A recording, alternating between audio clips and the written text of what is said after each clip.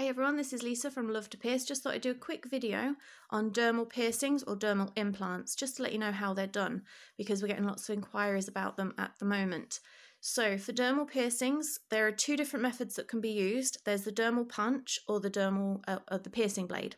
So we personally use piercing blades, which are basically just needles, and you pinch the area, push the dermal blade in, and it leaves a little incision, and then you can just slide the dermal implant in. So it has a flat base with one end slightly longer than the other. You slide the longer end in, and then just the shorter end just flips into it as well. So that's the preferred method that we use, just because they leave less scarring when you decide to remove them. So if you go for the option of the dermal punch, it actually removes a tunnel of flesh that will leave a scar. So whenever you decide you've had enough of the dermal implant and you want to remove it, the dermal punch will leave a bigger scar, which is why we personally don't use them. So when the implant is put in, you then would apply a plaster over it. Now you have to wear this for a few days, and that's simply because pressure on the actual area does help them heal a bit better.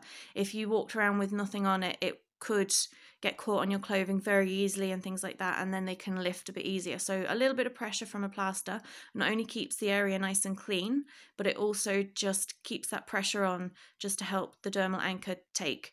So there's little holes in the base of the dermal anchor, and your skin actually grows through that, and that's what keeps it in place. So there's no reason you can't keep your dermal anchors for years and years and years. Just the area on the body will have a say in that as well. So you can get them pretty much anywhere. You can get them on the face, just here. This is quite a popular one, just there in the neck, so it looks like you're wearing a necklace, which they actually look gorgeous. There's the cleavage option and the collarbone, and then just behind here, the back of the ear and the back of the neck is also quite a common option. That one, I would be very careful if you've got long hair getting that one as well, because your hair will obviously catch on them. You can get them in other areas, so you can get them on the back, on the belly button.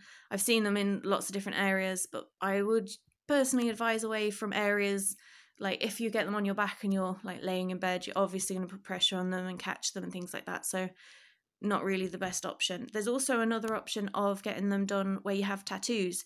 So I've seen them where people have flowers on their arms and they just get a little dermal in the center of the flower just to add something different to it, or whatever your tattoo is. If there's an area you think they would look nice, that's definitely an option.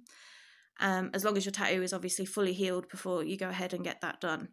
So for the pain level, which I think everybody wants to know the most, actually dermals are not really painful. You get a little bit of pressure when you're getting them inserted, but apart from that, they're generally pretty good. I personally don't think they are that painful. I would put them definitely like a 2 or a 3 on the scale. There's a bit of pressure when we're inserting the dermal implant itself. That's usually the most time that you'll feel the pressure. So it can take a little bit of an effort to get them in, so you do feel some pressure then. But for the actual piercing part itself, generally it's not that painful at all. Obviously the area on the body, if it's a more sensitive area, you're going to feel it more, but I definitely wouldn't think they are that painful, to be honest. So for healing, you wear the plaster for about 3 days, then you can remove it. You just keep them clean and they heal pretty well. They can take a little time to fully heal. You might get some like scabbing around the area, around the actual dermal, but as long as you clean it, don't pick at it, don't touch it, generally very good. And obviously we'll go through the cleaning and everything. When you come in, you get everything written down for you. It's slightly different to other piercings, just for the healing on a dermal. We changed the healing on that one and the aftercare just to make sure that they heal properly, because you don't want to be rubbing at them with cotton buds and things like that, because that can obviously, any movement in the area is going to cause possible rejection, and you don't want that. So if you have any questions, pop us a comment down below, or you can always send us a message. We have no problem answering any questions you have. And if you'd like to book a dermal, again, don't forget, send us a message. See you soon.